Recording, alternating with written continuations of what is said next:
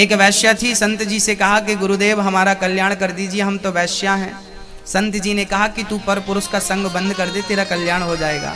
वैश्या ने कहा महाराज मैं सबके बिना रह सकती हूँ, पराये मर्द के बिना रह नहीं सकती, आदत हो गई है, अब मुझे तो ये पर पुरुष चाहिए ही चाहिए, मैं तो वैश्या हूं ना।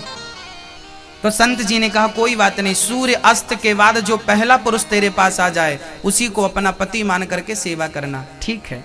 गुरु वचनों पर विश्वास किया गंडकी ने। जो भी पति सूर्य अस्त के बाद आता उसके पांव दबाना, सेवा करना, वैसा ही व्यवहार करना जैसे एक पत्नी अपने पति से करती है।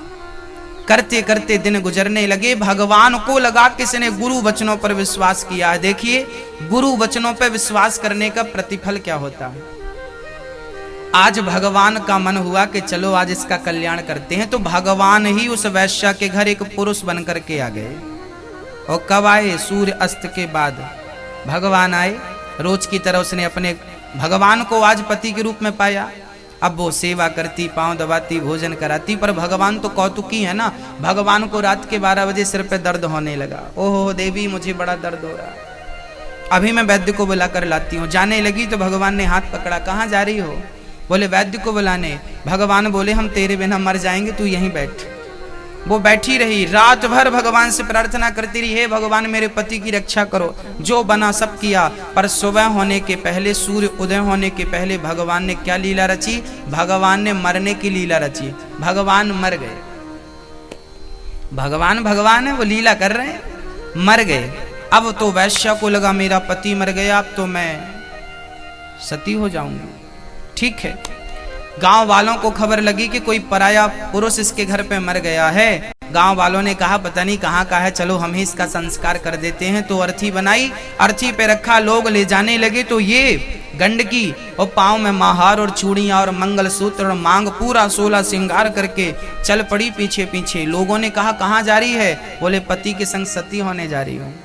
लोगों ने बड़ी हंसी उड़ाई, लो वैश्या सती होने चली है, ये भी सती होने चली। लोगों ने खूब हंसी उड़ाई, पर चलती गई। चिता पे रखा, लोगों ने आग लगानी चाहिए तो रोक दिया, खबरदार मेरे पति को कोई आग नहीं लगाएगा।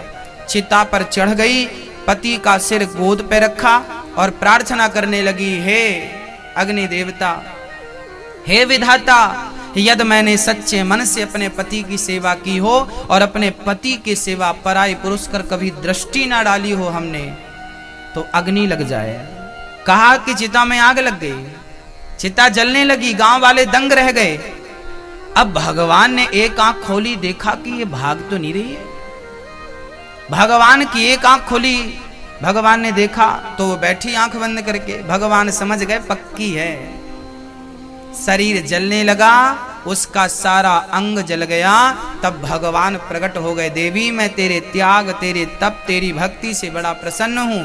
तूने गुरु वचनों पर भरोसा किया है, इसलिए मुझे आकर तेरी परीक्षा लेनी पड़ी और तू उत्तीर्ण हो गई।